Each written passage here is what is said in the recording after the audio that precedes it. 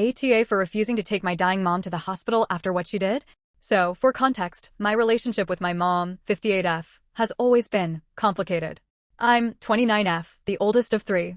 My younger brother and sister got the version of her that was warm, attentive, and borderline saint-like. I got the version that treated me like an unwanted roommate who owed her rent from birth. Growing up, she was harshest with me. Emotionally, sometimes physically, but the real wounds were from years of being blamed for every single thing wrong in her life. If my dad was upset, it was somehow my fault. If money was tight, she'd tell me she regretted having me because I ruined her body and her career. If my siblings needed anything, I was told to make do or go without because I was used to hardship anyway. When I turned 18, I practically sprinted out of that house. Our contact slowly dwindled to the occasional holiday text or accidental call. I tried therapy, I tried healing, but talking to her was like reopening a wound with a rusty knife. Fast forward to 6 months ago, she was diagnosed with late-stage heart failure. My siblings stepped up immediately, but because I'm the one with a car and flexible hours, they kept asking me to help. I avoided it until one day my sister begged me to drive her to an appointment. She said mom was different now and wanted to apologize. I agreed. Big mistake. During that drive, my mom did not apologize.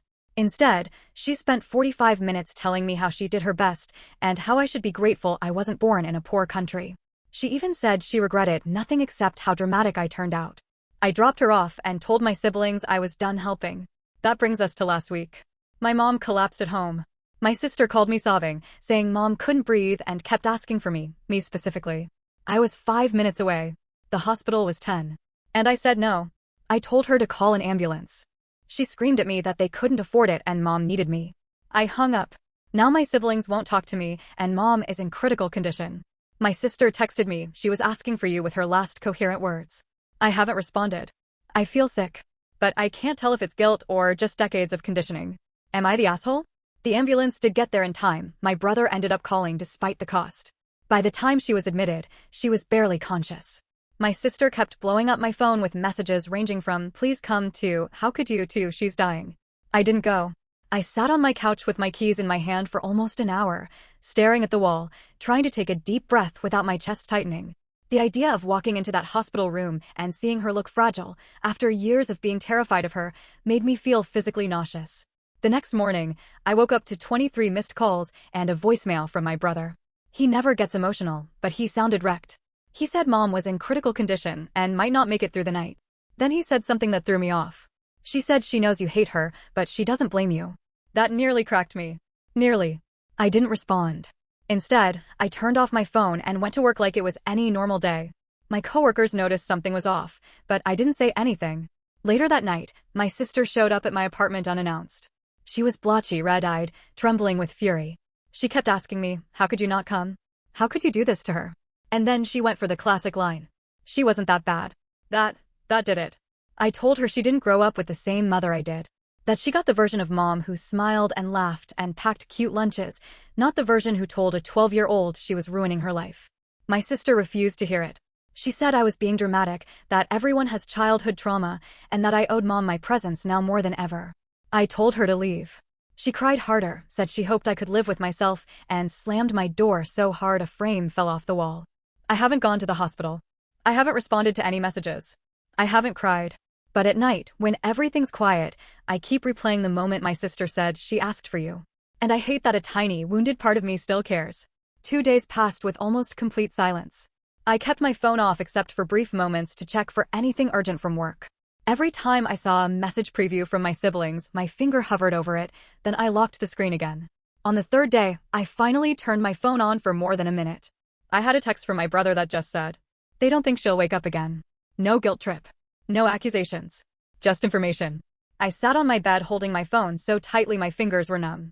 I thought about calling him. I thought about driving to the hospital. I thought about what I'd even say if I got there. Sorry? I tried? Why didn't you love me the way you love them? Instead, I stayed frozen. Later that evening, my aunt, the only person in my family who ever defended me, called. She didn't ask anything. She just said, "Sweetheart, I know what she was like. You don't have to do anything you don't want to do." I broke down crying. The first tears I'd shed in years. Not for my mom, but for the validation I'd been starved of since childhood. After I pulled myself together, my aunt told me something I didn't know.